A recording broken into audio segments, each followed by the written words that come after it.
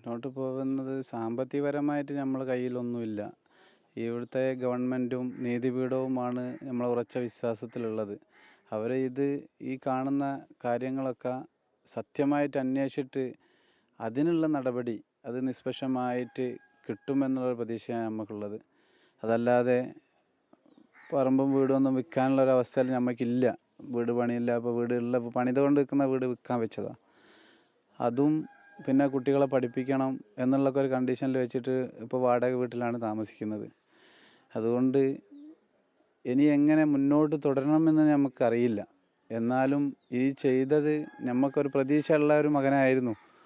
അത്യാവശ്യം പഠിക്കാനും അവന് മറ്റുള്ളവരോട് ഞങ്ങൾ അന്വേഷിച്ച സമയത്തും നല്ല പഠിക്കാനുള്ള കാര്യത്തിൽ ഓക്കെയാണ്.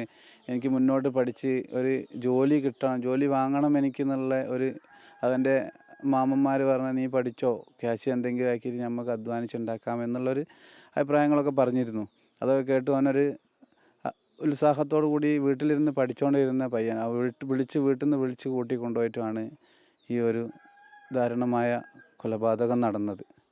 ഇതിൻ്റെ പിന്നിൽ ആരൊക്കെ ഉണ്ടോ അവർക്ക് കിട്ടേണ്ട ശിക്ഷ, അതായത് ബാലപീഠം, പ്രായപൂർത്തിയാകാത്ത കുട്ടികളായെന്ന് പറഞ്ഞ് ഒഴിഞ്ഞു മാറാത്ത രീതിയിൽ അവർക്ക് മാതൃകാപരമായിട്ടുള്ളൊരു ശിക്ഷ തീർത്തും ഈ കൊലപാതകികൾക്ക് വാങ്ങിക്കൊടുക്കണമെന്നാണ് എനിക്ക് അപേക്ഷിക്കാനുള്ളത്. ഈ 5 പേരെയും നിങ്ങൾ അറിയുന്നതല്ലേ?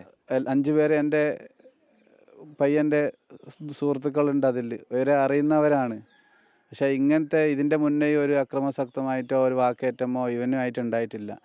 ഇത് ആവേശത്തിൻ്റെ പുറത്ത് അവർ സംഘം ചേർന്ന് ഗൂഢാലോചനപരമായിട്ട് വീട്ടിൽ നിന്ന് ആയുധങ്ങളുമായിട്ട് വന്ന കാഴ്ചയാണ് നമുക്ക് കാണാൻ കഴിഞ്ഞത്.